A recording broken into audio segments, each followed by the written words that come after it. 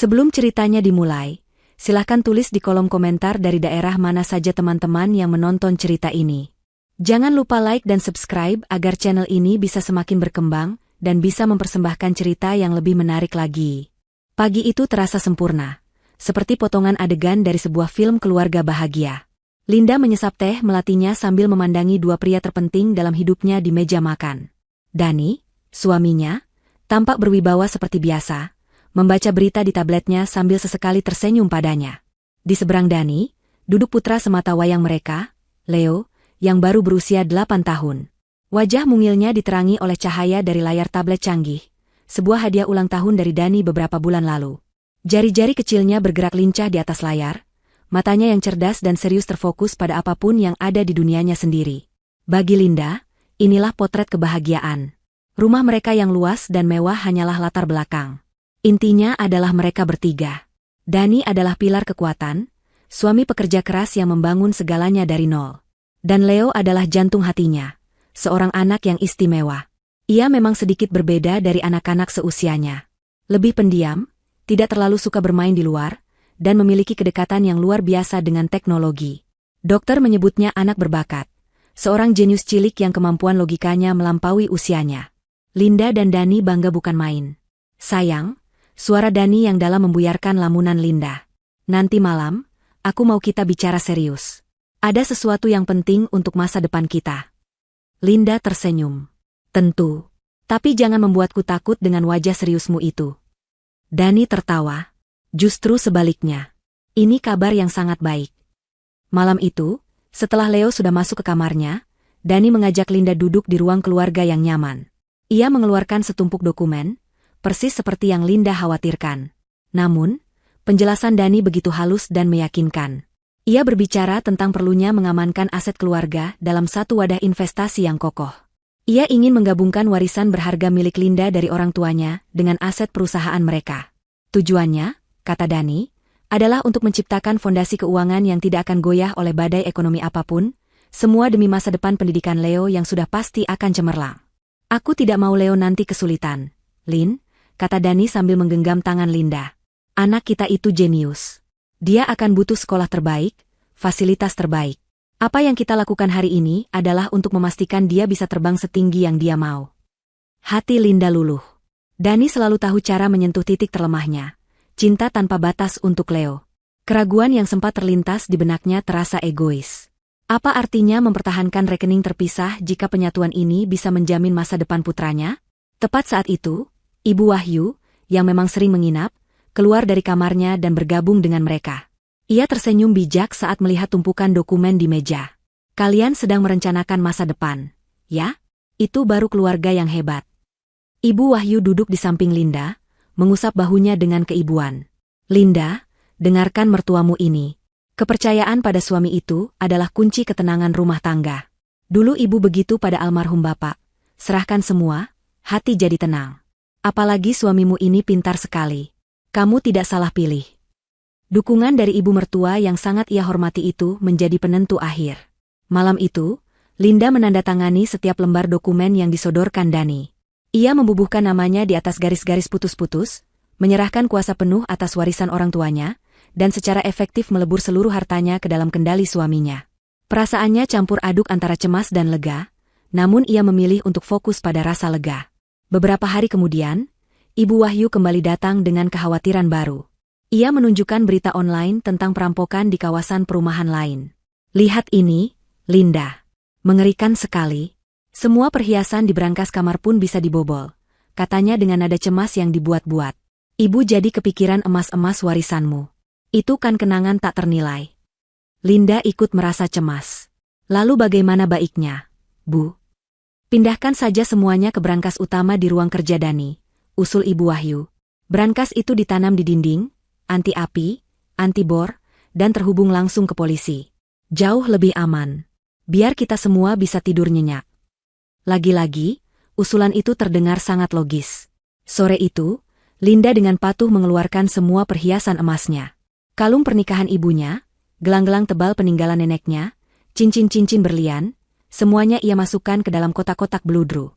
Saat ia dan Ibu Wahyu membawa kotak-kotak itu ke ruang kerja, Leo kebetulan lewat. Anak itu berhenti sejenak di ambang pintu, matanya yang tajam melirik sekilas pada kotak-kotak perhiasan di tangan ibunya, lalu beralih menatap wajah neneknya. Tatapannya hanya sekilas, sebelum ia kembali fokus pada tabletnya dan berlalu pergi. Linda tidak terlalu memikirkannya. Setelah semua perhiasan berharganya terkunci dengan aman di dalam brankas baja yang kokoh, Linda merasa semua bebannya terangkat. Ia telah melakukan hal yang benar. Ia telah melindungi masa depan dan masa lalunya di bawah penjagaan orang-orang yang paling ia percayai. Malam harinya, Linda masuk ke kamar Leo untuk mengucapkan selamat tidur. Ia menemukan putranya sudah tertidur pulas, dengan tablet masih menyala di atas dadanya. Linda tersenyum, lalu mengambil tablet itu untuk meletakkannya di meja. Namun, matanya terpaku pada gambar di layar. Tampilannya seperti permainan strategi atau catur. Ada beberapa ikon karakter di atas papan permainan digital. Linda mengenali foto profilnya sendiri yang diberi label Ratu Linda. Ada ikon ksatria gagah dengan foto profil Dani, diberi label Ksatria Dani. Lalu ada ikon sebuah benteng emas yang kokoh, diberi label Benteng Harta. Yang membuat Linda sedikit mengerutkan kening adalah ikon lain. Sosok bayangan hitam dengan topeng, sedang menyeret ikon Ksatria Dani menuju Benteng Harta. Di atasnya ada tulisan, Misi, ambil alih benteng. Linda terkekeh pelan. Sungguh imajinasi seorang anak-anak. Ia menganggapnya lucu dan menggemaskan. Ia mengusap rambut Leo, membuatnya sedikit menggeliat. Selamat tidur, jagoan ibu, bisiknya. Leo, dalam kondisi setengah sadar, matanya masih terpejam, bergumam pelan seolah merespons mimpinya. Leo harus lindungi benteng ratu. Setelah itu, ia kembali terlelap dengan tenang. Linda tersenyum, mematikan tablet itu, dan menyelimuti tubuh mungil putranya. Kata-kata Leo terngiang sejenak di benaknya. Tentu saja itu hanya gumaman dari mimpi tentang permainannya. Namun, entah mengapa, di dasar hatinya yang paling dalam, sebuah riak kecil yang aneh dan dingin mulai terasa. Keesokan paginya, riak aneh yang dirasakan Linda semalam sudah hilang, tergantikan oleh logika seorang ibu. Tentu saja itu hanya permainan. Leo memang anak yang imajinatif. Di meja makan, Linda bahkan menceritakannya sambil tertawa kepada Dani dan Ibu Wahyu yang kebetulan sedang sarapan bersama mereka. Semalam aku lihat game buatan Leo di tabletnya, kata Linda. Aku jadi ratu, dan kamu jadi ksatria, dan lucu sekali. Katanya dia harus melindungi benteng ratu. Dani tertawa terbahak-bahak, sebuah tawa yang terdengar tulus dan bangga. Anak itu memang ada-ada saja. Jenius sekali imajinasinya. Makanya ayah tidak ragu membelikannya tablet terbaik. Biar kreativitasnya tidak terbatas. Ibu Wahyu menimpali dengan senyum hangat. Itu artinya dia sangat menyayangi ibunya. Kamu adalah ratu di hatinya, Linda. Beruntung sekali kamu. Percakapan pagi itu berhasil menghapus sisa-sisa keraguan dari benak Linda. Ia merasa konyol karena sempat berpikir yang tidak-tidak. Semua orang di sekelilingnya begitu baik, begitu penuh cinta. Bagaimana mungkin ia membiarkan imajinasi seorang anak kecil mengusik ketenangannya? Sejak saat itu, Linda bertekad untuk menjadi istri dan menantu yang lebih baik lagi, menyingkirkan semua pikiran negatif. Keyakinan baru ini seolah menjadi sinyal bagi Dani dan Ibu Wahyu untuk semakin menyempurnakan sandiwara mereka. Perhatian yang mereka berikan menjadi berlipat ganda. Dani sering mengirimkan bunga ke rumah tanpa alasan, meninggalkan pesan-pesan romantis di cermin kamar mandi, dan tidak pernah lupa menelepon di sela-sela kesibukannya hanya untuk mengatakan ia merindukan Linda. Ia memperlakukan Linda layaknya seorang ratu sungguhan, persis seperti dalam permainan Leo. Sementara itu, Ibu Wahyu menjelma menjadi sosok mertua idaman dari buku dongeng. Ia tidak pernah absen menemani Linda, membawakan makanan, mengajaknya ke salon, atau sekadar duduk mendengarkan cerita-cerita Linda. Kamu jangan terlalu lelah, ya, nak, katanya suatu hari sambil memijat pundak Linda. Kamu adalah jantung dari rumah ini. Kalau kamu bahagia, kami semua ikut bahagia. Linda tenggelam dalam lautan kasih sayang palsu itu. Ia merasa menjadi wanita paling beruntung di dunia. Setiap hari adalah validasi bahwa keputusannya untuk menyerahkan segalanya adalah keputusan yang tepat. Ia tidak menyadari bahwa di tengah semua kehangatan itu, putranya, Leo, menjadi semakin pendiam. Anak itu selalu ada di dekatnya. Matanya jarang lepas dari layar tablet. Namun Linda merasa seolah-olah putranya sedang membangun sebuah dinding tak terlihat di sekelilingnya. Linda beberapa kali mencoba mengajak Leo bermain di taman atau melakukan aktivitas lain tanpa tabletnya, namun Leo selalu menolak dengan halus. Sebentar lagi, Bu. Misi Leo belum selesai, jawabnya, matanya tetap terpaku pada layar. Linda menghela napas, menganggapnya sebagai fase obsesi seorang anak terhadap mainan barunya. Ia tidak tahu bahwa misi yang dimaksud putranya bukanlah sekadar permainan. Di balik layar tablet itu, Leo tidak sedang bermain. Ia sedang bekerja. Ia sedang mengumpulkan data. Dengan kejeniusannya, ia telah lama mempelajari seluk-beluk tablet canggih itu, menemukan celah-celah dalam sistem operasinya. Ia berhasil memasang sebuah program pemantau sederhana yang ia samarkan sebagai aplikasi game. Program itu memberinya akses pada semua perangkat yang terhubung ke jaringan internet rumah, termasuk ponsel dan komputer ayahnya. Awalnya, ia hanya melakukannya karena rasa ingin tahu. Namun, apa yang ia temukan membuatnya harus membangun pertahanannya sendiri. Ia melihat pesan-pesan mesra dari ayahnya kepada seorang wanita bernama Sania. Ia membaca email-email tentang rencana transfer dana dalam jumlah besar. Ia melihat ayahnya mencari informasi tentang hukum imigrasi di negara lain. Leo yang baru berusia 8 tahun mungkin tidak mengerti semua detailnya, tetapi ia mengerti satu hal. Ayahnya akan melakukan sesuatu yang akan membuat ibunya sangat sedih. Dan seperti ksatria cilik dalam permainannya, ia memutuskan untuk melindungi ratunya dengan cara apapun yang ia bisa. Linda sama sekali tidak menyadari perang sunyi yang sedang terjadi di dalam rumahnya sendiri. Hingga suatu malam yang menentukan, saat takdir memutuskan untuk merobek selubung kebohongan itu dengan tangannya sendiri. Malam itu, Linda terbangun karena merasa haus. Jam di dinding menunjukkan pukul 2 pagi. Ia melirik ke samping, Dani tidak ada di tempat tidur. Mungkin sedang bekerja di ruangannya, pikir Linda. Dengan langkah pelan, ia menuruni tangga menuju dapur. Saat melewati ruang kerja, ia melihat cahaya remang-remang dari bawah pintu dan mendengar suara Dani sedang berbicara di telepon. Ia hendak berlalu, namun nada suara suaminya yang berbisik membuatnya berhenti. Nada itu penuh kelembutan yang aneh. Kelembutan yang biasanya hanya untuk Linda, tapi kali ini terdengar berbeda, lebih licik. Didorong oleh firasat yang tiba-tiba muncul, Linda menempelkan telinganya ke pintu. Sabar, sayang. Sedikit lagi, bisik Dani. Semuanya sudah siap. Dia tidak curiga sama sekali. Wanita itu terlalu bodoh untuk mengerti apapun. Jantung Linda serasa diremas. Wanita itu? Siapa? Iya, semua emasnya sudah di tangan. Ibu memang hebat. Dani tertawa kecil. Sekarang, surga ini sebentar lagi akan menjadi milik kita berdua. Sania. Sania. Nama asisten pribadi suaminya. Dunia Linda runtuh dalam sekejap. Udara di paru-parunya seolah tersedot habis. Kakinya lemas, ia harus berpegangan pada dinding agar tidak jatuh. Jadi, semua ini benar. Semua kebaikan, semua cinta, semua janji, hanyalah topeng untuk menutupi rencana busuk mereka. Dan ia, sang ratu, ternyata hanyalah seorang pion bodoh dalam permainan catur mereka. Ia kembali ke kamarnya dengan langkah mayat hidup. Ia merebahkan diri di ranjang, di samping tempat kosong yang ditinggalkan suaminya. Ia tidak menangis. Rasa sakitnya terlalu dalam untuk air mata. Ia hanya menatap kegelapan, dan tiba-tiba teringat gumaman putranya semalam. Leo harus lindungi benteng ratu.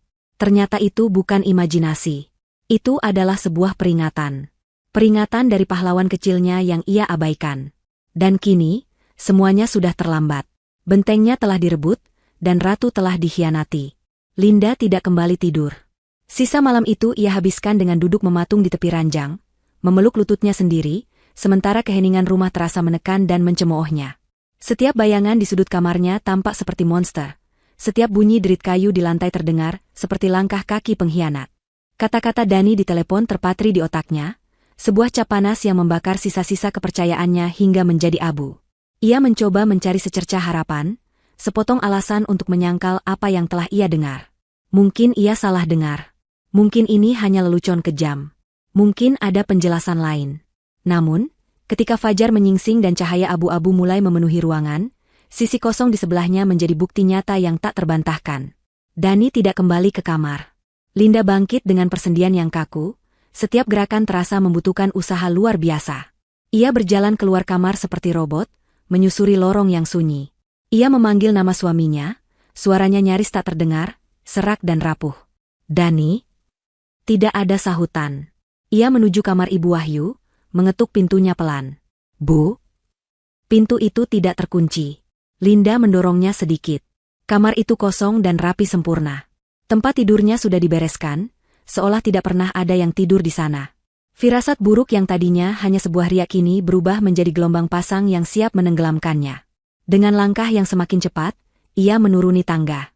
Ia memeriksa setiap ruangan di lantai bawah. Dapur bersih, ruang keluarga senyap, ruang tamu kosong. Mereka benar-benar pergi. Dani dan ibunya telah meninggalkannya. Di tengah kepanikan yang mulai merayap, matanya terpaku pada sebuah benda putih di atas meja makan yang gelap. Sebuah amplop. Jantungnya berdebar begitu kencang hingga terasa sakit. Ia tahu apa itu. Ia tahu itu adalah pesan untuknya. Dengan tangan gemetar, ia mengambil amplop itu. Tulisan tangan Dani yang elegan mengeja namanya, Linda.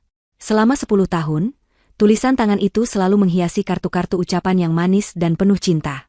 Kini, tulisan yang sama terasa seperti goresan belati. Ia merobek amplop itu dengan kasar. Selembar kertas di dalamnya terasa dingin dan kaku. Pesannya singkat, tidak menyisakan ruang untuk interpretasi atau harapan. Linda, jika kamu membaca ini, artinya kami sudah pergi. Terima kasih atas semua fasilitas yang kamu berikan. Harta, rumah, dan emasmu akan kami gunakan untuk memulai hidup baru yang lebih pantas. Jangan coba-coba mencari kami. Lupakan kami, seperti kami sudah melupakanmu. Dani, tidak ada permohonan maaf. Tidak ada penjelasan. Hanya sebuah transaksi dingin. Hidupnya, cintanya, baktinya, semua ia anggap sebagai fasilitas. Linda membaca surat itu lagi dan lagi, berharap menemukan makna tersembunyi, sebuah petunjuk bahwa ini semua bohong. Tapi tidak ada. Yang ada hanyalah penghinaan yang telanjang dan brutal. Surat itu jatuh dari genggamannya yang lemas, melayang ringan sebelum mendarat di lantai marmer. Penyangkalan berganti dengan amarah yang membakar. Ia harus melihatnya sendiri. Ia harus memastikan sejauh mana pengkhianatan ini. Ia berlari ke ruang kerja Dani, tempat di mana ia dengan bodohnya meletakkan seluruh hartanya di dalam brankas. Pintu ruangan itu tidak terkunci, dan pemandangan di dalamnya membuat napasnya tercekat. Pintu brankas baja yang besar dan kokoh itu terbuka sedikit, menganga seperti mulut yang mengejek. Linda menarik pintu itu dengan sisa tenaganya. Kosong. Benar-benar kosong. Rak-rak di dalamnya yang seharusnya penuh dengan kotak-kotak beludru kini telanjang. Emas warisan ibunya, berlian pemberian ayahnya, semua kenangan fisiknya tentang orang tuanya, lenyap tak bersisa. Ia meraba-raba bagian dalam brankas yang dingin, berharap menemukan satu saja yang tertinggal.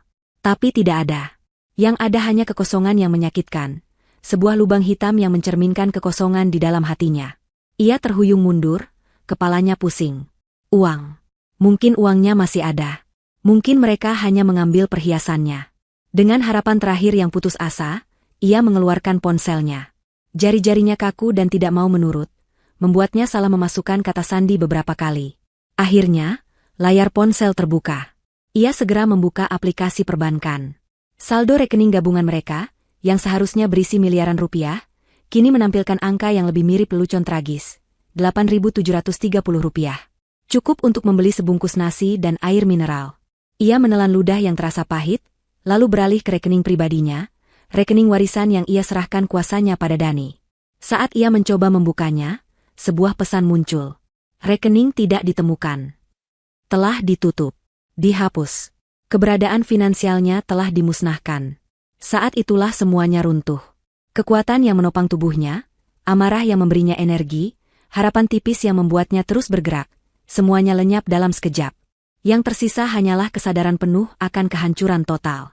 Ia telah kehilangan segalanya. Suaminya, mertuanya, hartanya, masa depannya, bahkan masa lalunya. Ia kini sebatang kara, berdiri di tengah runtuhan hidupnya yang megah. Dinding ruangan seolah bergerak maju untuk menghimpitnya. Suara dengung yang menusuk mulai terdengar di telinganya. Lantai di bawah kakinya terasa miring. Ia terengah-engah, mencoba menghirup udara, tetapi dadanya terasa sesak seolah ada batu besar yang menindihnya. Ibu? Ibu kenapa? Sebuah suara kecil yang panik menembus kabut di kepalanya. Leo. Putranya berdiri di ambang pintu, menatapnya dengan mata terbelalak ngeri. Ia baru saja keluar dari kamarnya, dan menemukan ibunya berdiri gemetar di depan brankas yang terbuka. Linda ingin menjawab. Ia ingin mengatakan bahwa semuanya baik-baik saja, sebuah kebohongan yang biasa diucapkan seorang ibu. Tapi lidahnya keluh. Ia membuka mulut, tapi tidak ada suara yang keluar. Ia mengangkat tangannya, mencoba meraih putranya, jangkar terakhirnya di dunia yang sedang terbalik ini. Tapi tubuhnya tidak mau patuh. Lututnya melemas, dan dunianya yang penuh warna memudar menjadi kegelapan total saat ia jatuh terkulai ke lantai yang dingin. Linda terbangun di kamarnya, namun ia tidak benar-benar sadar. Selama berhari-hari berikutnya, ia hidup dalam semacam limbo, terperangkap di antara tidur dan kenyataan yang menyakitkan. Seorang dokter telah memeriksanya, menyuntikkan obat penenang, dan menasihatinya untuk banyak beristirahat. Tapi istirahat adalah hal yang mustahil ketika pikirannya sendiri adalah medan perang yang tak henti-hentinya memutar ulang adegan pengkhianatan. Rumah yang megah itu kini terasa seperti penjara yang mencekam. Setiap sudutnya menyimpan kenangan yang kini telah beracun. Sofa tempat ia dan Dani biasa menonton film kini terasa dingin. Meja makan tempat Ibu Wahyu sering membawakannya makanan kini tampak seperti meja otopsi. Linda tidak sanggup keluar dari kamarnya. Ia hanya berbaring di tempat tidur, menolak makan, dan hanya minum saat dipaksa oleh asisten rumah tangga yang menatapnya dengan iba. Kesedihannya begitu pekat hingga terasa seperti penyakit fisik. Seluruh tubuhnya sakit. Kepalanya pusing. Dadanya sesak. Tapi luka terparah ada di dalam. Rasa malu membakarnya hidup-hidup. Wanita itu terlalu bodoh. Kata-kata itu menjadi lagu pengiring penderitaannya. Ia merasa bodoh, naif, dan tidak berharga. Ia telah gagal total sebagai seorang istri, sebagai seorang anak yang mewarisi amanah orang tuanya, dan kini ia merasa gagal sebagai seorang ibu yang tidak mampu melindungi masa depan putranya. Apa yang akan terjadi pada Leo? Pikiran itu adalah satu-satunya hal yang terkadang bisa menembus kabut depresinya. Mereka tidak punya apa-apa lagi. Rumah ini mungkin akan segera disita. Bagaimana ia akan membesarkan Leo? Bagaimana ia akan menyekolahkan putranya yang jenius itu? Keputusasaan mencengkeramnya begitu erat hingga ia nyaris tidak bisa bernapas. Beberapa kerabat mencoba menelepon, tetapi Linda tidak mau bicara. Ia tidak sanggup mendengar kata-kata simpati yang kosong. Mereka tidak akan mengerti. Tidak ada yang bisa mengerti rasanya dibangunkan dari mimpi indah dengan cara disiram air es berisi pecahan kaca. Satu-satunya kehadiran yang tidak meninggalkannya adalah Leo. Namun, putranya itu bersikap aneh. Ia tidak menangis. Ia tidak menunjukkan kesedihan atau ketakutan. Ia hanya ada. Anak laki-laki berusia 8 tahun itu akan masuk ke kamar ibunya beberapa kali sehari. Ia akan meletakkan segelas air di meja samping tempat tidur. Lalu ia akan duduk diam di kursi di sudut kamar, tenggelam dalam dunianya di depan layar tablet. Bagi Linda, dalam kabut kesedihannya, sikap Leo itu terasa jauh dan dingin. Ia merindukan pelukan dari putranya, rengekan, atau bahkan tangisan. Sesuatu yang menunjukkan bahwa mereka berada dalam kesedihan yang sama. Tapi Leo tidak memberikannya. Ia hanya terus mengetik dan menggeser jarinya di layar tablet, seolah tidak terjadi apa-apa. Kadang, Linda merasa putranya itu tidak peduli. Perasaan itu menambah lapisan rasa sakit pada lukanya yang sudah menganga. Suatu sore, hujan turun dengan lebat, memukul-mukul jendela kaca seolah ikut melampiaskan amarah yang dirasakan Linda. Saat itulah ia mencapai titik terendahnya. Ia membenamkan wajahnya ke bantal dan menangis tanpa suara, bahunya berguncang hebat. Ia menangis untuk cintanya yang dikhianati, untuk hartanya yang dirampas, dan untuk masa depan gelap yang terbentang di hadapannya. Ia merasa benar-benar kalah. Tidak ada harapan lagi. Tiba-tiba, di tengah isak tangisnya, ia mendengar suara langkah kaki kecil mendekat. Ia merasakan kasurnya sedikit bergoyang dan sebuah tangan mungil menepuk-nepuk lengannya dengan pelan, sedikit canggung. Linda membuka matanya yang bengkak dan melihat Leo berdiri di sampingnya. Wajah putranya tampak sangat serius. Matanya yang besar menatap lurus ke arahnya, tanpa rasa iba, melainkan dengan sorot mata yang tajam dan fokus. Leo menunggu hingga isak tangis ibunya sedikit reda. Lalu, dengan suara yang jernih dan mantap, suara anak kecil yang mengucapkan kata-kata orang dewasa, ia berkata, "Ibu jangan menangis lagi." Linda menatapnya dengan bingung. Permintaan itu terdengar begitu sederhana, namun mustahil untuk dilakukan. Leo seolah bisa membaca pikiran ibunya. Ia melanjutkan kalimatnya, memberikan konteks yang membuat jantung Linda berhenti berdetak sejenak. Ayah jahat. Tapi Leo sudah urus ayah. Linda terdiam. Isak tangisnya berhenti seketika. Ia mendorong tubuhnya untuk duduk, menatap putranya dengan tidak percaya. Apa maksudmu, sayang? Kalimat itu terdengar sangat ganjil. Ayah jahat. Sebuah pengakuan yang menyakitkan namun jujur. Tapi Leo sudah urus ayah. Sebuah pernyataan yang tidak masuk akal. Bagaimana mungkin seorang anak laki-laki berusia 8 tahun yang pendiam bisa mengurus seorang pria dewasa yang licik dan kejam? Apa yang bisa ia lakukan dengan tabletnya? Kebingungan yang luar biasa berhasil merobek selubung depresi Linda untuk pertama kalinya. Ia menatap wajah putranya yang serius, dan melihat sesuatu yang belum pernah ia lihat sebelumnya. Bukan kepolosan seorang anak, melainkan keyakinan seorang ahli strategi yang telah mempersiapkan langkahnya dengan matang. Kata-kata Leo menggantung di udara yang terasa berat di dalam kamar tidur yang remang-remang itu. Untuk sesaat, Linda hanya bisa menatap putranya, mencoba memahami kalimat yang baru saja ia dengar. Otaknya yang selama berhari-hari terendam dalam lautan kesedihan, kini dipaksa untuk bekerja, untuk mencerna sebuah informasi yang sama sekali tidak masuk akal. Bagaimana mungkin seorang anak 8 tahun bisa mengurus masalah sebesar ini? Apa yang ia maksud? Apakah ia hanya mencoba menghibur ibunya dengan fantasi kekanak-kanakan? Leo, sayang, ibu tidak mengerti, bisik Linda, suaranya serak. Apa yang kamu bicarakan? Alih-alih menjawab dengan kata-kata, Leo bergegas mengambil tabletnya dari kursi di sudut ruangan. Ia kembali ke sisi tempat tidur ibunya, gesturnya penuh tujuan. Lihat ini, Bu, katanya, suaranya tenang dan datar. Ia membuka sebuah aplikasi di tabletnya. Linda mengira akan melihat layar permainan yang penuh warna, tetapi yang muncul adalah sebuah antarmuka yang tampak rumit, penuh dengan folder dan file yang tersusun rapi. Ibu ingat saat ibu memasang aplikasi kontrol orang tua di tablet Leo? Tanya Leo sambil menatap ibunya. Linda mengangguk pelan. Tentu saja ia ingat. Ia dan Dani memasangnya agar bisa membatasi waktu bermain Leo, dan memastikan ia tidak membuka situs-situs berbahaya. Aplikasi itu punya banyak kelemahan. Lanjut Leo, jarinya dengan lincah menekan beberapa ikon. Leo belajar dari internet cara membalik fungsinya. Jadi, bukan ibu yang mengawasi Leo, tapi Leo yang bisa mengawasi semua perangkat yang terhubung ke jaringan di rumah ini, termasuk ponsel ayah dan nenek. Mulut Linda sedikit terbuka. Ia tidak sepenuhnya mengerti istilah teknisnya, tetapi ia mengerti inti dari apa yang dikatakan putranya. Jantungnya mulai berdebar, kali ini bukan karena kesedihan, melainkan karena campuran antara rasa kaget dan antisipasi. Leo membuka sebuah folder yang diberi nama, Observasi Ayah. Di dalamnya, terdapat puluhan file. Leo mulai curiga waktu ayah sering senyum-senyum sendiri lihat ponselnya. Tapi ayah tidak pernah menunjukkannya pada ibu. Jelasnya, seolah sedang mempresentasikan sebuah proyek sekolah. Jadi Leo mulai merekam. Ia membuka sebuah file. Layar tablet itu kini menampilkan riwayat percakapan WhatsApp antara Dani dan seorang kontak bernama Sania My Love.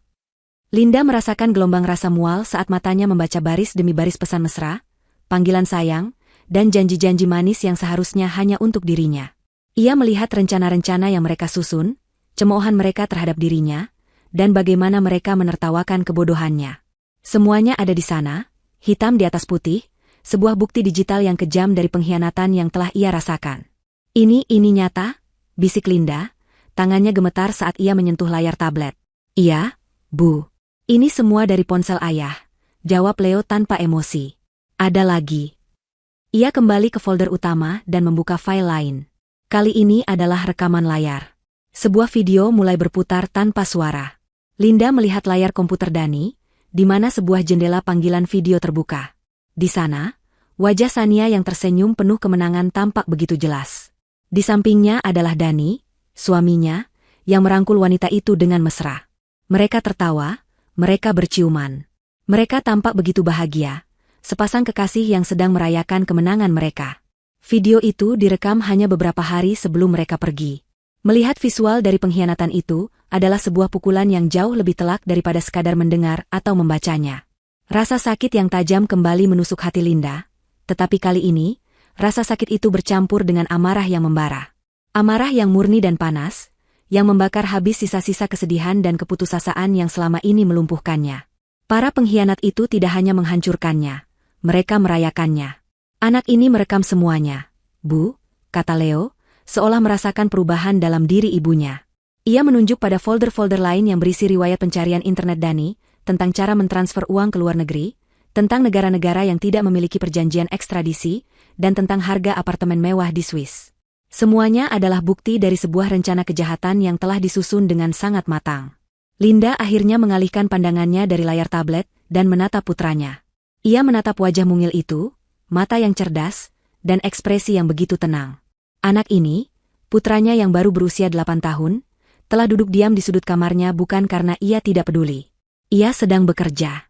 Ia sedang menjadi mata dan telinga bagi ibunya yang buta. Ia telah menjadi pelindung diam-diam bagi ratunya. Air mata kembali mengalir di pipi Linda, tetapi kali ini bukan air mata keputusasaan. Ini adalah air mata kelegaan, kebanggaan, dan rasa haru yang meluap-luap. Ia menarik tubuh mungil putranya ke dalam pelukannya, memeluknya begitu erat seolah ia adalah satu-satunya benda nyata di dunia. Leo anakku, isaknya di bahu putranya. Maafkan ibu. Maafkan ibu tidak menyadarinya. Leo hanya menepuk-nepuk punggung ibunya dengan sedikit canggung. Tidak apa-apa, Bu. Yang penting sekarang ibu sudah tahu. Setelah beberapa saat, Linda melepaskan pelukannya. Ia menyeka air matanya dengan punggung tangannya. Kabut di pikirannya telah sirna, digantikan oleh kejernihan yang tajam. Ia tidak lagi merasa seperti korban yang tidak berdaya. Ia kini memiliki senjata. Senjata paling kuat yang tidak pernah Dani dan Ibu Wahyu duga, kejeniusan putra mereka sendiri. Hanya ini yang kamu lakukan, sayang? Merekam semua ini? Tanya Linda, suaranya kini terdengar lebih kuat. Leo menggelengkan kepalanya. Bukan. Itu baru fase 1, jawabnya dengan istilah dari permainannya. Fase 2 lebih penting. Ia kembali menatap layar tabletnya, wajahnya bersinar dengan cahaya biru dari layar. Mereka mengambil semua uang dan emas ibu. Tapi mereka tidak akan bisa menggunakannya. Linda menatap putranya dengan napas tertahan. Apa maksudmu mereka tidak akan bisa menggunakannya? Leo tidak menjawab secara langsung. Ia malah membuka sebuah aplikasi yang tampak seperti peta dunia. Di atas peta benua Eropa, sebuah titik merah kecil berkedip-kedip dengan stabil. Jari mungil Leo memperbesar peta itu, berpusat pada titik merah tersebut. Nama sebuah kota di Swiss muncul dengan jelas, dan titik itu berada tepat di atas ikon sebuah bandara internasional. Ini apa, Leo? Tanya Linda, kebingungannya kembali. Pelacak, jawab Leo singkat. Waktu ibu dan nenek memindahkan semua perhiasan ke brankas ayah, Leo melihatnya. Nenek kelihatan senang sekali. Leo tidak suka. Ia kemudian menceritakan rencananya dengan detail yang membuat Linda tercengang. Beberapa minggu sebelumnya, Leo mendapatkan hadiah mainan, peralatan agen rahasia. Di dalamnya, ada beberapa alat sadap mainan, pulpen dengan tinta tak terlihat, dan sebuah pelacak GPS mini seukuran kancing baju. Tentu saja, itu hanya mainan. Namun, bagi Leo, itu adalah sebuah tantangan. Ia membongkar pelacak itu, memodifikasinya dengan beberapa komponen dari ponsel lamanya, dan berhasil meningkatkan daya tahan baterai dan akurasi sinyalnya secara signifikan. Sore itu, waktu ibu sedang di dapur, Leo masuk ke ruang kerja ayah. Lanjutnya, Leo selipkan pelacak ini di lapisan kain beludru di dalam kotak kalung mutiara punya ibu. Itu kotak yang paling besar. Leo pikir, kalau mereka mau bawa semuanya, mereka pasti akan bawa kotak itu. Linda terpana. Ia membayangkan putranya yang berusia 8 tahun, dengan tubuh mungilnya, menyelinap masuk ke ruang kerja dan melakukan operasi rahasia di bawah hidung mereka semua. Keberanian dan kecerdikan anaknya sungguh di luar nalar.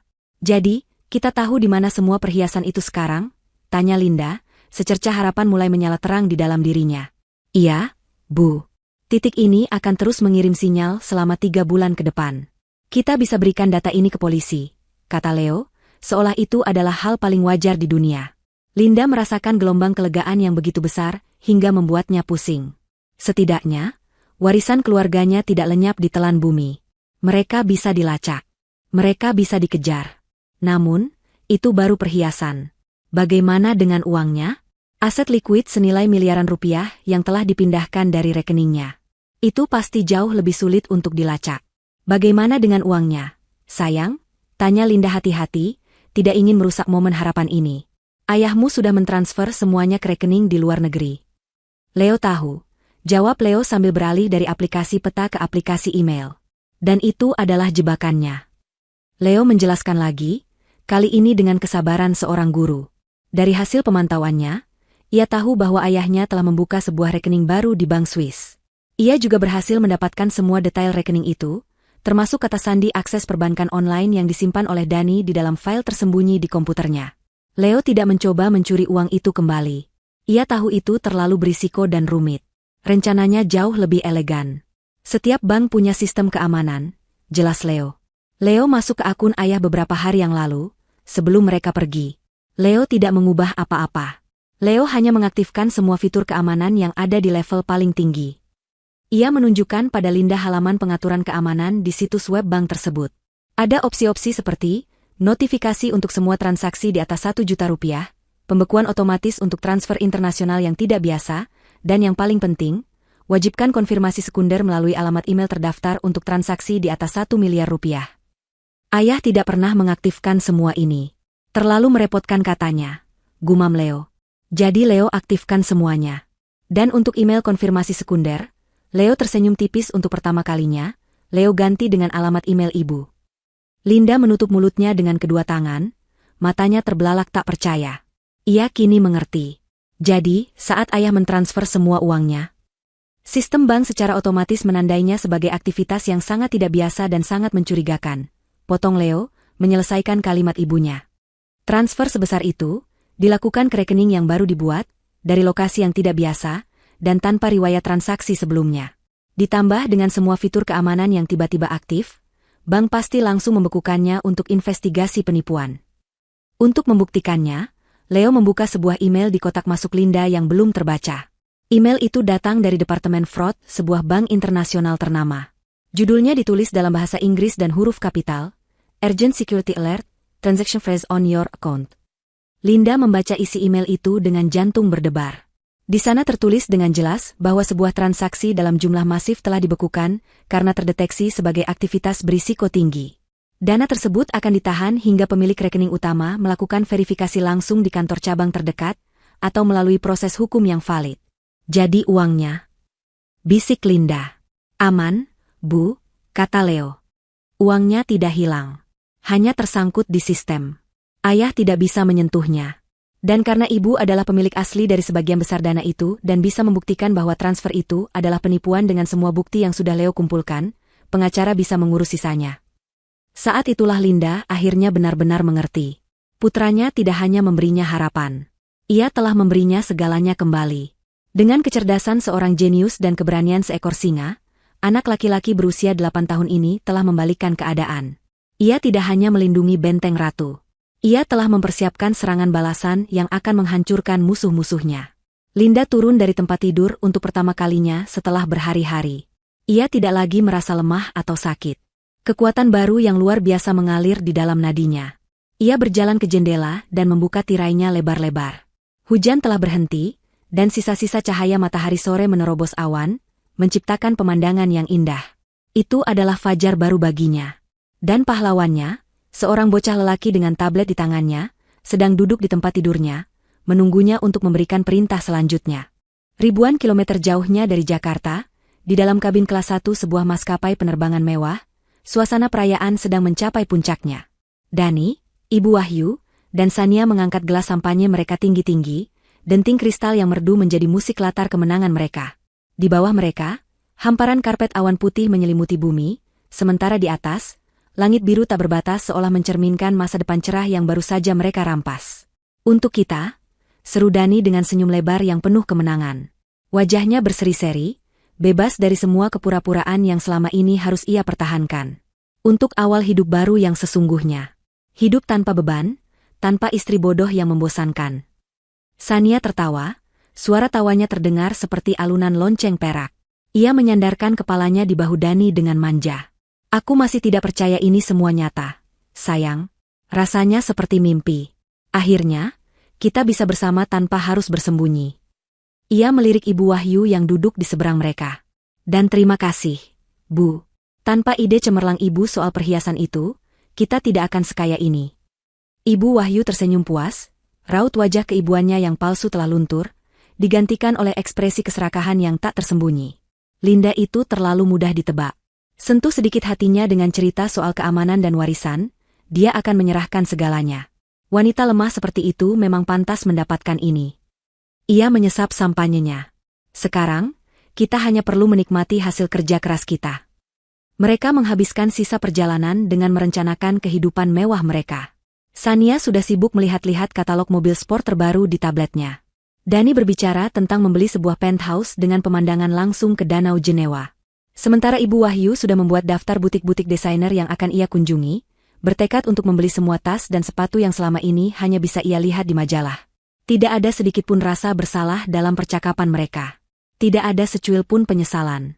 Linda dan Leo seolah telah dihapus dari ingatan mereka, dianggap sebagai jembatan yang telah mereka bakar setelah berhasil menyeberang ke sisi lain yang lebih baik. Ketika pesawat mendarat dengan mulus di Bandara Internasional Zurich, mereka adalah 3 orang pertama yang melangkah keluar, disambut oleh udara pegunungan yang sejuk dan bersih. Semuanya terasa sempurna. Sebuah mobil sewaan mewah telah menunggu mereka. Perjalanan menuju hotel mereka di tepi danau adalah sebuah parade pemandangan yang menakjubkan. Pegunungan Alpen yang puncaknya tertutup salju menjadi latar belakang danau biru yang tenang. Inilah surga, Dani, bisik Sania, matanya berbinar-binar. Surga yang kita beli dengan uang Linda. Mereka tiba di sebuah hotel bintang 5 yang tampak seperti istana dari negeri dongeng. Lobi hotel itu begitu megah, dengan langit-langit tinggi, lampu gantung kristal raksasa, dan lantai marmer yang berkilauan. Aroma bunga lili segar memenuhi udara. Dengan langkah penuh percaya diri, Dani mendekati meja resepsionis yang terbuat dari kayu ek yang dipoles. "Selamat siang. Saya sudah memesan Presidential Suite atas nama Dani Prakoso," katanya dengan angkuh, meletakkan paspornya di atas meja. Resepsionis yang ramah itu tersenyum dan memeriksa komputernya. "Ah, ya, Tuan Prakoso. Selamat datang di hotel kami. Suite Anda sudah siap. Pemandangannya luar biasa. Kami hanya memerlukan deposit keamanan melalui kartu kredit Anda." "Tentu saja," jawab Dani ringan. Ia mengeluarkan sebuah kartu kredit platinum dari dompet kulitnya yang mahal dan menyerahkannya kepada resepsionis. Ini adalah momen puncak kemenangannya, transaksi pertama yang akan ia lakukan dengan kekayaan barunya. Resepsionis itu menggesek kartu tersebut. Wajahnya yang tersenyum tiba-tiba sedikit mengerut. Ia menggeseknya sekali lagi. Lalu sekali lagi. "Maaf, Tuan," katanya dengan sopan. "Sepertinya ada masalah dengan kartu ini. Transaksinya ditolak." Senyum di wajah Dani sedikit memudar. "Ditolak? Tidak mungkin. Coba lagi. Mungkin mesin Anda yang bermasalah." Resepsionis itu mencoba lagi, lalu menggelengkan kepalanya. "Masih sama, Tuan. Apakah Anda punya kartu lain?" Sedikit kesal, Dani mengeluarkan kartu kredit lain, kali ini dari bank yang berbeda. Hasilnya sama. Ditolak. Keringat dingin mulai muncul di pelipisnya. Ibu Wahyu dan Sania yang sejak tadi mengagumi interior lobi kini mendekat, merasakan ada sesuatu yang tidak beres. "Ada apa, Dan?" tanya Sania cemas. "Tidak tahu. Kartunya tidak berfungsi," geram Dani pelan. Ia menatap resepsionis. "Baik, saya akan bayar depositnya secara tunai. Saya akan menarik uang di ATM sekarang." Dengan langkah cepat, ia menuju mesin ATM yang berada di sudut lobi. Ibu Wahyu dan Sania mengikutinya seperti bayangan. Dani memasukkan kartu debitnya, memasukkan PIN, dan memilih opsi penarikan tunai dalam jumlah besar. Mesin itu berbunyi sejenak, lalu layar menampilkan sebuah pesan, "Transaksi tidak dapat diproses. Silakan hubungi bank Anda." Kepala Dani terasa berputar. Kepanikan yang sesungguhnya mulai mencengkeramnya. Ini tidak masuk akal. Semua uangnya ada di rekening itu. Miliaran rupiah. Ia melihatnya sendiri saat transfer berhasil dilakukan. "Telepon banknya, Dani. Cepat!" desis Ibu Wahyu, suaranya terdengar tajam. Dani segera menelepon layanan perbankan internasional dari banknya. Setelah melalui beberapa lapisan operator, ia akhirnya terhubung dengan manajer yang bertugas. "Selamat siang, Tuan Prakoso. Saya melihat catatan Anda di sini," kata manajer itu dengan nada yang formal dan dingin. "Benar, ada dana dalam jumlah sangat besar yang masuk rekening Anda kemarin." Dani menghela napas lega. "Ya, lalu kenapa saya tidak bisa menggunakannya? Kenapa semua kartu saya diblokir?" "Begini, Tuan," jelas sang manajer. "Transfer tersebut secara otomatis telah ditandai oleh sistem anti pencucian uang dan penipuan kami sebagai transaksi berisiko sangat tinggi. Sumber dana berasal dari beberapa rekening yang tiba-tiba ditutup, dan transfer dilakukan ke rekening baru di negara lain. Sesuai prosedur standar internasional, seluruh dana di rekening Anda telah kami bekukan sementara." Dunia Dani seolah berhenti berputar. "Dibekukan? Maksudmu?" "Dana tersebut tidak dapat diakses, Tuan. Tidak bisa ditarik, tidak bisa ditransfer, tidak bisa digunakan untuk transaksi apapun sampai proses investigasi selesai. Kami memerlukan Anda, sebagai pemilik rekening, untuk datang langsung ke salah satu kantor pusat kami dengan membawa dokumen-dokumen yang membuktikan legalitas sumber dana tersebut. Prosesnya bisa memakan waktu beberapa minggu, atau bahkan beberapa bulan."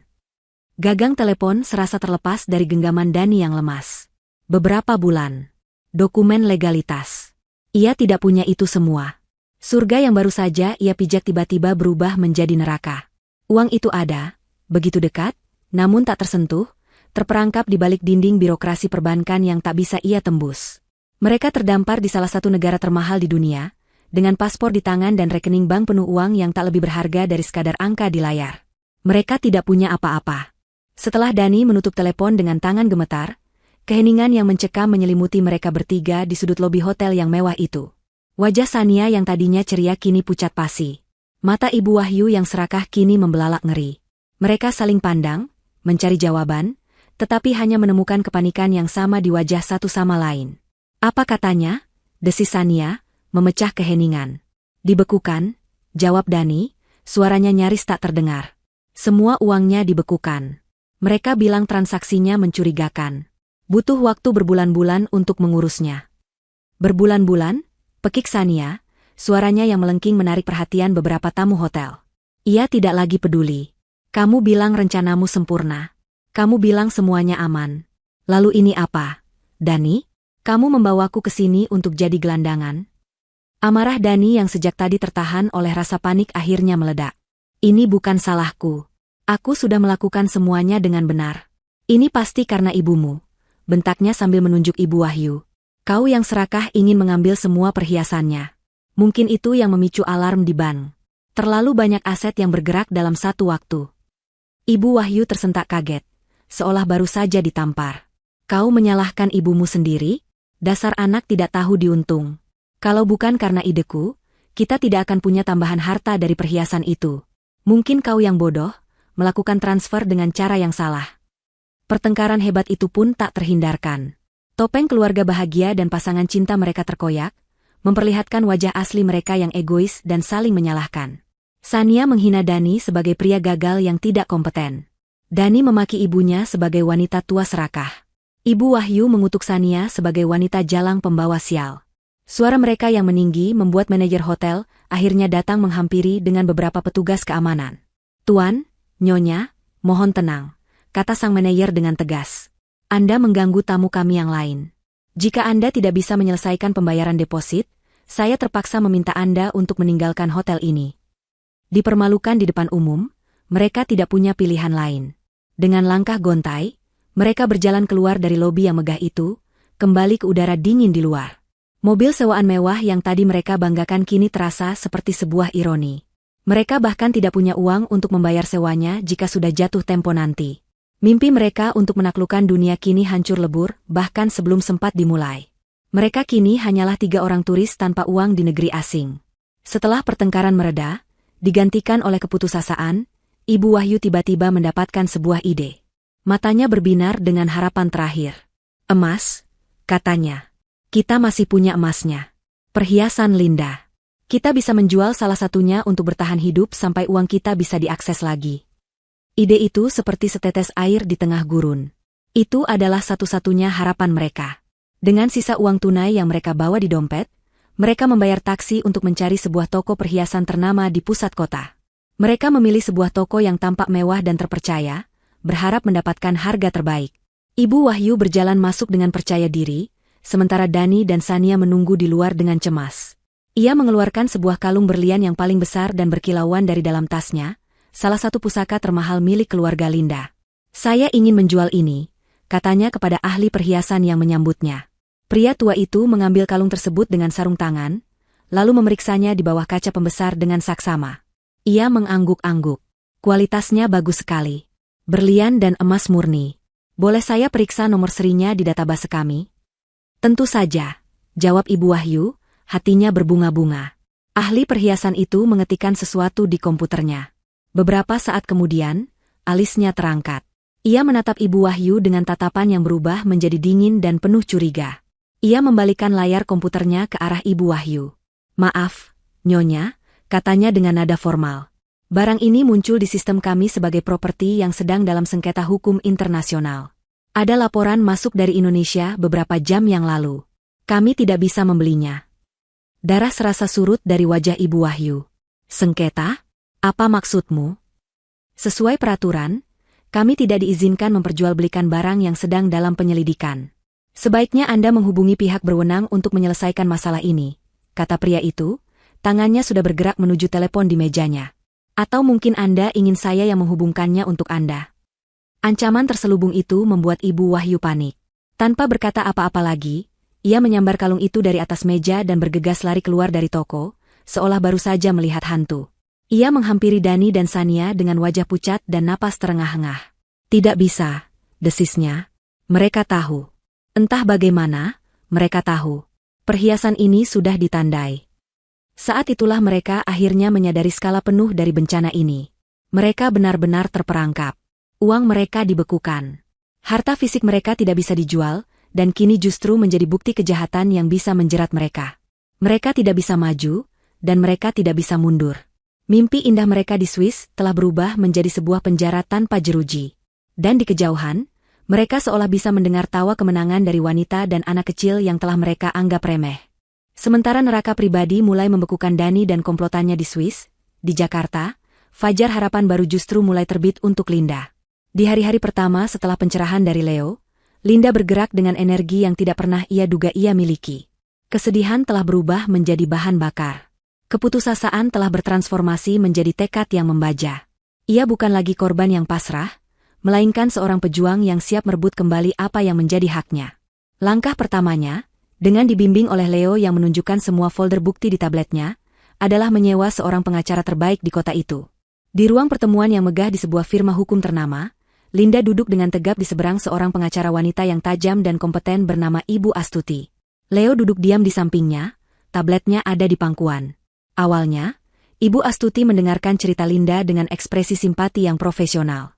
Ia sudah sering mendengar kasus-kasus serupa. Namun, ketika Linda berkata, dan semua buktinya ada di sini, sambil menunjuk pada Leo, alis sang pengacara terangkat. Dengan sabar, Leo mempresentasikan temuannya. Ia menunjukkan rekaman layar, riwayat percakapan, jejak digital transfer dana, dan yang paling penting, data GPS real-time yang menunjukkan lokasi perhiasan yang dicuri. Ekspresi Ibu Astuti berubah dari simpati menjadi kekaguman yang tak terhingga. Ia menatap bocah 8 tahun di hadapannya seolah sedang melihat keajaiban.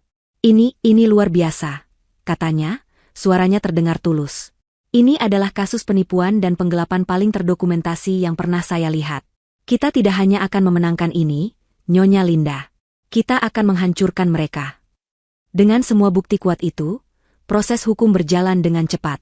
Laporan polisi dibuat. Pihak bank dihubungi secara resmi. Interpol dilibatkan untuk menandai aset perhiasan yang dicuri. Setiap langkah terasa seperti satu kepingan puzzle keadilan yang diletakkan pada tempatnya. Tentu saja, proses itu membutuhkan waktu dan dana. Linda tidak lagi memiliki akses ke kekayaannya. Namun, ia tidak putus asa. Ia menjual satu-satunya aset yang tersisa atas namanya yang tidak bisa dijamah oleh Dani. Sebuah apartemen kecil yang ia beli sebelum menikah. Uangnya ia gunakan untuk membayar biaya hukum dan memulai hidup baru. Ia dan Leo pindah dari rumah megah yang penuh kenangan pahit itu ke apartemen sederhana yang nyaman. Bagi Linda, kepindahan itu bukanlah sebuah penurunan status. Itu adalah sebuah pembebasan. Di apartemen kecil itu, ia menemukan kembali dirinya. Ia memasak untuk Leo, membantunya mengerjakan tugas sekolah, dan mereka menghabiskan malam dengan membaca buku bersama. Tidak ada lagi kepura-puraan, tidak ada lagi kemewahan yang hampa. Yang ada hanyalah cinta yang murni antara seorang ibu dan putranya. Ikatan mereka menjadi lebih kuat dari sebelumnya. Linda menyadari bahwa kebahagiaan sejati tidak terletak pada saldo rekening, melainkan pada kehadiran pahlawan kecilnya yang selalu berada di sisinya. Di belahan dunia lain, kehidupan para antagonis bergerak ke arah yang berlawanan, menuruni spiral keputusasaan dengan cepat. Setelah dipermalukan di toko perhiasan, mereka menyadari bahwa mereka benar-benar terdampar. Uang tunai mereka habis hanya dalam beberapa hari untuk membayar makanan dan penginapan murah. Mobil sewaan mereka ditarik kembali oleh perusahaan rental. Mereka terpaksa pindah ke sebuah hostel kumuh di pinggiran kota, berbagi kamar sempit dengan bau apek bersama turis-turis lain. Kemewahan yang mereka impikan kini hanyalah kenangan pahit. Pertengkaran menjadi menu sehari-hari. Sania, yang bergabung dengan Dani demi gaya hidup mewah, tidak sanggup lagi menahan penderitaan itu. Suatu pagi, Dani dan Ibu Wahyu bangun dan mendapati Sania telah pergi. Bukan hanya pergi, ia juga membawa serta sisa-sisa barang berharga mereka, jam tangan Dani, ponsel Ibu Wahyu, dan sedikit uang tunai yang mereka sembunyikan. Ia hanya meninggalkan secari kertas dengan tulisan lipstik di cermin, "Aku tidak mendaftar untuk menjadi miskin. Selamat menikmati neraka kalian." Kepergian Sania adalah pukulan telak yang menyadarkan mereka akan betapa rendahnya mereka telah jatuh. Kini hanya tinggal mereka berdua, ibu dan anak, terdampar di negeri asing tanpa teman dan tanpa uang. Untuk bertahan hidup, mereka terpaksa melakukan pekerjaan yang tidak pernah mereka bayangkan seumur hidup. Dani, pria yang dulu memimpin rapat direksi, kini menjadi pencuci piring di dapur restoran yang panas dan kotor, bekerja 14 jam sehari untuk upah minimum. Ibu Wahyu, wanita sosialita yang dulu menghabiskan waktunya di arisan dan salon, kini menjadi petugas kebersihan di stasiun kereta, mengepel lantai dan membersihkan toilet umum dengan tangan yang kapalan. Setiap malam mereka kembali ke kamar hostel mereka yang pengap, tubuh mereka sakit dan jiwa mereka hancur. Mereka nyaris tidak berbicara. Tidak ada lagi yang bisa disalahkan selain nasib dan kebodohan mereka sendiri. Suatu malam, saat sedang beristirahat di ruang umum hostel, Dani menggunakan fasilitas internet gratis untuk melihat berita dari Indonesia, mencari sedikit pelarian dari kenyataan pahitnya. Matanya terpaku pada sebuah artikel dari portal berita bisnis ternama. Fotonya menampilkan seorang wanita yang tersenyum tegar dan penuh percaya diri. Di sampingnya berdiri seorang anak laki-laki kecil yang menatap lurus ke kamera dengan tatapan cerdas. Itu adalah Linda dan Leo. Judul artikel itu berbunyi, "Bangkit dari pengkhianatan, Linda Suryo luncurkan platform bantuan hukum untuk korban KDRT finansial." Dani membaca artikel itu dengan tangan gemetar. Di sana diceritakan, dalam versi yang disamarkan, kisah seorang wanita yang seluruh asetnya dirampas oleh suaminya. Namun, alih-alih terpuruk, wanita itu bangkit dan menggunakan sisa tenaganya untuk membangun sebuah yayasan yang didanai dari donasi publik, bertujuan untuk memberikan bantuan hukum dan dukungan moral bagi para wanita yang mengalami nasib serupa. Linda, dalam kutipannya, berkata, "Saya ingin mengubah luka saya menjadi kekuatan untuk orang lain." Dani menatap foto itu lama sekali. Foto Linda yang tersenyum, kuat, dan inspiratif. Foto putranya yang menatapnya dari seberang dunia dengan tatapan yang seolah berkata, "Kau kalah." Saat itu, Dani akhirnya mengerti arti karma. Karma bukanlah hukuman dari langit. Karma adalah melihat orang yang kau coba hancurkan, justru bersinar lebih terang di atas puing-puing yang kau ciptakan. Dan baginya, pemandangan itu terasa lebih menyakitkan daripada pekerjaan mencuci piring manapun di dunia. Bulan-bulan berikutnya adalah tentang membangun kembali. Yayasan yang didirikan Linda mendapat sambutan luar biasa dari masyarakat. Kisahnya, yang disebarkan dari mulut ke mulut, menginspirasi banyak orang. Donasi mengalir, dan Linda menemukan tujuan baru dalam hidupnya.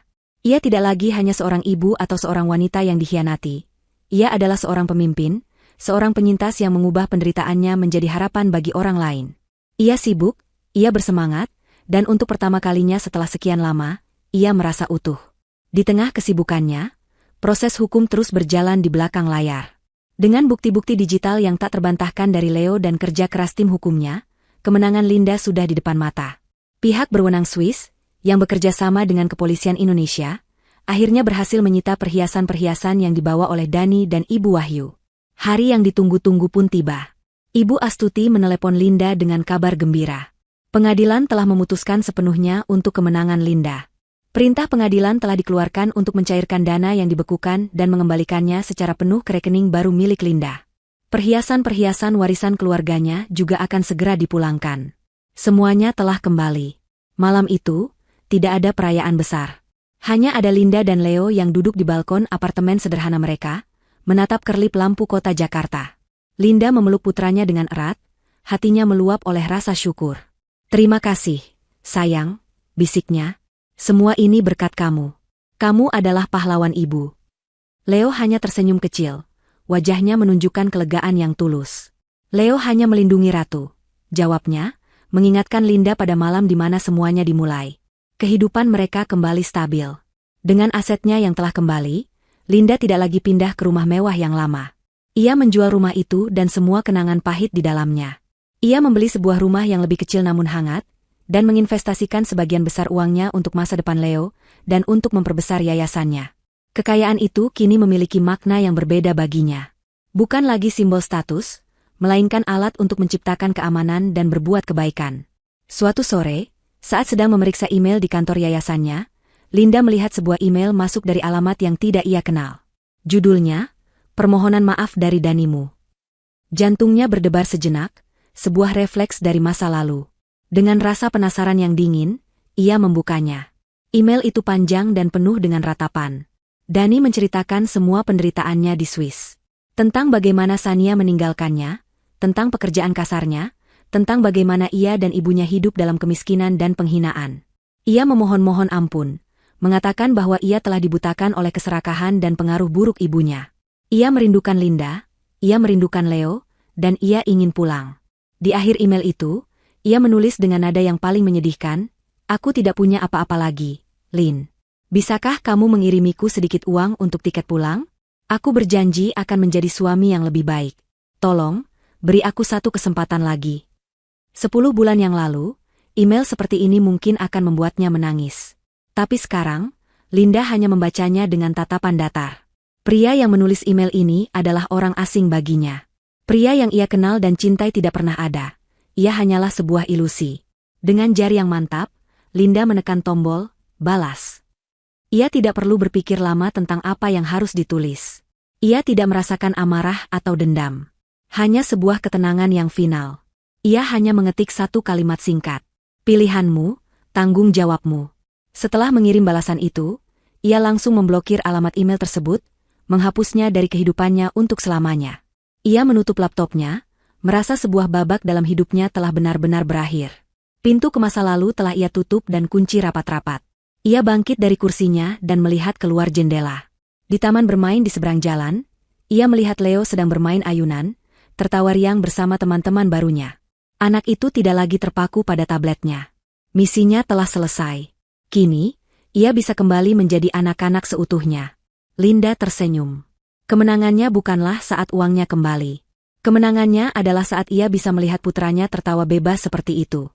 Kemenangannya adalah saat ia menyadari bahwa ia tidak membutuhkan seorang satria untuk melindunginya, karena ia telah melahirkan seorang pahlawan. Bersama, ibu dan anak itu melangkah maju menuju fajar mereka yang baru, lebih kuat, lebih bijaksana, dan selamanya terikat oleh cinta yang telah teruji oleh pengkhianatan tergelap sekalipun. 10 tahun adalah waktu yang panjang sekaligus singkat. Cukup panjang untuk menyembuhkan luka yang paling dalam hingga hanya menyisakan bekas samar. Namun terasa begitu singkat saat dijalani dalam kebahagiaan dan kedamaian. Bagi Linda, 1 dekade terakhir adalah bukti nyata bahwa fajar selalu datang setelah malam yang tergelap. Udara musim gugur yang sejuk di New England terasa segar di pipinya.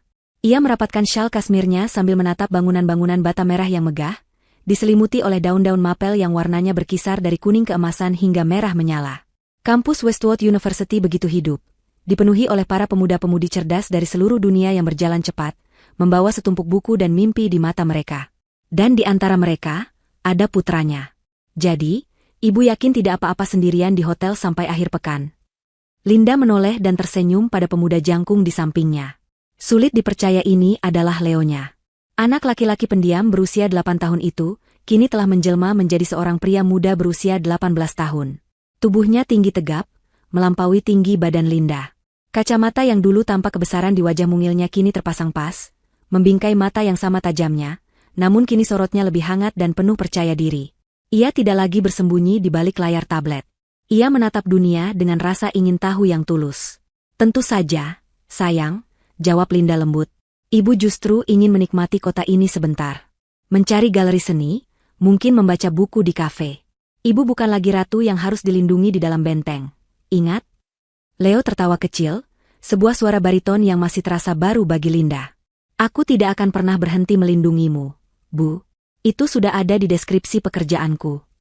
Mereka berhenti di depan sebuah gedung bertuliskan, Departemen Ilmu Komputer dan Kecerdasan Buatan. Ini adalah hari pertama orientasi Leo sebagai mahasiswa penerima beasiswa penuh, di salah satu universitas paling bergengsi di dunia. Sebuah pencapaian yang terasa begitu jauh, nyaris mustahil, 10 tahun yang lalu saat mereka duduk di apartemen sewaan yang sempit. "Baiklah, pahlawan. Sepertinya ini perpisahan kita untuk sementara," kata Linda, matanya sedikit berkaca-kaca karena bangga. "Nikmati harimu, bertemu teman baru, dan tolong, jangan meretas sistem universitas di hari pertamamu." Leo memutar matanya dengan jenaka.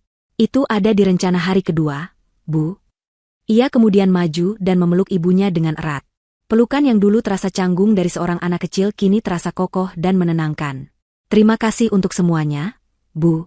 Aku tidak akan ada di sini tanpamu." Kita tidak akan ada di sini tanpa satu sama lain, balas Linda, menepuk punggung putranya. Ia melepaskan pelukannya dan memperhatikan Leo berjalan memasuki gedung itu, membaur dengan mahasiswa lain, punggungnya tegap penuh harapan. Linda berdiri di sana selama beberapa saat, membiarkan angin sejuk meniup rambutnya. Pemandangan putranya yang melangkah menuju masa depannya sendiri, memicu sebuah kaleidoskop kenangan dari 10 tahun terakhir. Setelah kemenangan hukum mereka, jalan di depan tidak serta-merta mulus.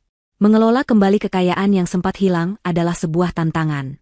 Banyak orang mendekat dengan niat palsu. Namun, Linda tidak lagi wanita naif yang sama. Pengkhianatan telah menjadi guru terbaiknya. Ia belajar tentang investasi, tentang hukum, dan tentang membaca karakter manusia dengan cermat. Yayasan Fajar Harapan yang ia dirikan menjadi pusat hidupnya. Dimulai dari sebuah kantor kecil dengan 2 orang staf, yayasan itu kini telah menjadi organisasi nasional yang dihormati. Mereka memiliki puluhan pengacara pro bono, psikolog, dan rumah aman di beberapa kota besar. Ribuan wanita telah mereka bantu, para Linda, lain yang terperangkap dalam pengkhianatan finansial dan emosional. Linda tidak hanya memberikan mereka bantuan hukum, ia memberikan mereka komunitas, kekuatan, dan bukti nyata bahwa mereka bisa bangkit kembali. Salah satu kisah sukses yang paling ia banggakan adalah seorang wanita bernama Sarah, seorang ibu rumah tangga yang ditinggalkan suaminya dengan setumpuk utang. Dengan bantuan yayasan, Sarah berhasil membersihkan namanya dan memulai usaha catering kecil-kecilan dari dapurnya. Kini, ia adalah pemilik salah satu perusahaan catering paling sukses di Jakarta, mempekerjakan puluhan wanita lain yang juga merupakan penyintas. Kisah-kisah seperti inilah yang menjadi bahan bakar semangat Linda. Sementara itu, ia memastikan Leo tumbuh dengan normal. Ia tahu bahaya dari memiliki anak jenius yang bisa saja terisolasi dalam dunianya sendiri. Linda mendorong Leo untuk mencoba berbagai hal. Ia mendaftarkannya di klub sepak bola, les piano, dan bahkan kelas drama. Awalnya Leo enggan, tetapi lambat laun ia mulai menikmatinya. Ia menemukan teman, merasakan kemenangan dan kekalahan dalam tim, dan belajar bahwa tidak semua masalah di dunia bisa diselesaikan dengan barisan kode. Tentu saja, kejeniusannya di bidang teknologi tetap menjadi pusat dunianya. Namun, kini kejeniusan itu memiliki hati. Saat remaja, Leo merancang sebuah aplikasi aman untuk Yayasan Fajar Harapan, di mana para korban bisa melapor dan meminta bantuan secara anonim tanpa takut dilacak oleh pasangan mereka. Ia membangun sistem basis data yang efisien untuk firma hukum ibunya.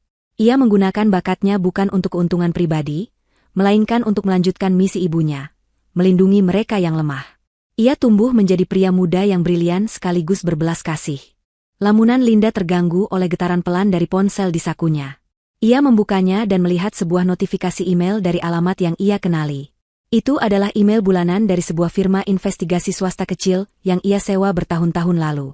Awalnya, ia menyewa mereka karena rasa takut, ingin memastikan Dani dan Ibu Wahyu tidak akan pernah kembali mengganggunya. Namun, seiring berjalannya waktu, laporan itu hanya menjadi pengingat bisu akan sebuah masa lalu yang semakin memudar. Ia membuka laporan singkat itu. Isinya seperti biasa, ringkas dan faktual. Subjek, laporan bulanan, Wahyu, Alm. Prakoso, D. Wahyu, Alm tidak ada perubahan status. Tercatat meninggal dunia 4 tahun lalu di sebuah panti jompo publik di Bern, Swiss. Penyebab kematian, pneumonia. Tidak ada keluarga yang mengklaim jenazahnya. Dimakamkan oleh negara. Prakoso, Dani, terlacak bulan lalu di sebuah kota kecil di Jawa Tengah. Setelah dideportasi dari Eropa 5 tahun lalu pasca, menjalani hukuman singkat karena pencurian kecil, ia hidup berpindah-pindah. Saat ini bekerja serabutan sebagai kuli bangunan. Tidak memiliki alamat tetap, sering tidur di emperan toko atau menumpang di bedeng proyek. Tidak ada indikasi ia berusaha mencari kontak dengan klien atau putranya. Subjek dalam kondisi fisik yang terlihat jauh lebih tua dari usianya. Linda membaca baris-baris itu tanpa merasakan apa-apa. Tidak ada lagi amarah. Tidak ada lagi rasa sakit. Bahkan rasa kasihan pun nyaris tidak ada. Yang ada hanyalah sebuah kesadaran yang tenang, bahwa setiap orang pada akhirnya akan menuai apa yang mereka tanam. Ibu Wahyu, yang begitu mendambakan kemewahan, berakhir dalam kesendirian yang anonim. Dani, yang begitu membanggakan status dan kekuasaannya, kini menjadi seseorang yang tidak terlihat di tengah keramaian, seorang hantu dari kegagalannya sendiri. Mereka bukan lagi monster dalam hidupnya. Mereka hanyalah 2 nama dalam sebuah laporan, 2 paragraf menyedihkan dalam sebuah cerita yang telah lama usai. Dengan satu gerakan jari, Linda menghapus email itu secara permanen. Ia lalu membuka kontak firma investigasi tersebut dan mengetik pesan singkat, "Terima kasih atas kerja sama Anda selama ini. Mulai bulan depan, layanan ini tidak lagi diperlukan." Ia menekan tombol kirim, merasakan sebuah beban terakhir yang bahkan tidak ia sadari masih ada, terangkat dari pundaknya. Ia tidak perlu lagi melihat ke belakang. Tidak ada lagi yang perlu ditakutkan. Tepat saat itu, Leo keluar dari gedung, wajahnya berseri-seri. Ia berjalan cepat menghampiri Linda. "Ibu tahu, profesor yang memberikan pengantar tadi adalah peraih Turing Award. Dan ia berbicara tentang kemungkinan komputasi kuantum dalam etika kecerdasan buatan, itu akan merevolusi cara kita." Linda tersenyum sambil mendengarkan putranya berbicara dengan penuh semangat tentang ide-ide besar yang akan mengubah dunia. Ia menatap wajah putranya yang bercahaya, cerminan dari masa depan yang cerah dan tak terbatas. Ia teringat pada semua emas dan berlian yang pernah hilang. Semua itu terasa begitu tidak berarti sekarang. Hartanya yang sesungguhnya, warisannya yang paling berharga, kini berdiri di hadapannya, siap untuk memulai perjalanannya sendiri. Dan dalam kehangatan senja di sebuah kampus yang jauh dari rumah, Linda merasa damai. Ia telah melalui badai dan keluar menjadi pribadi yang lebih kuat. Ia telah mengubah lukanya menjadi mercusuar bagi orang lain. Dan ia telah berhasil membesarkan seorang pahlawan. Fajar baru yang menyingsing 10 tahun lalu ternyata bukanlah akhir dari cerita, melainkan awal dari segalanya.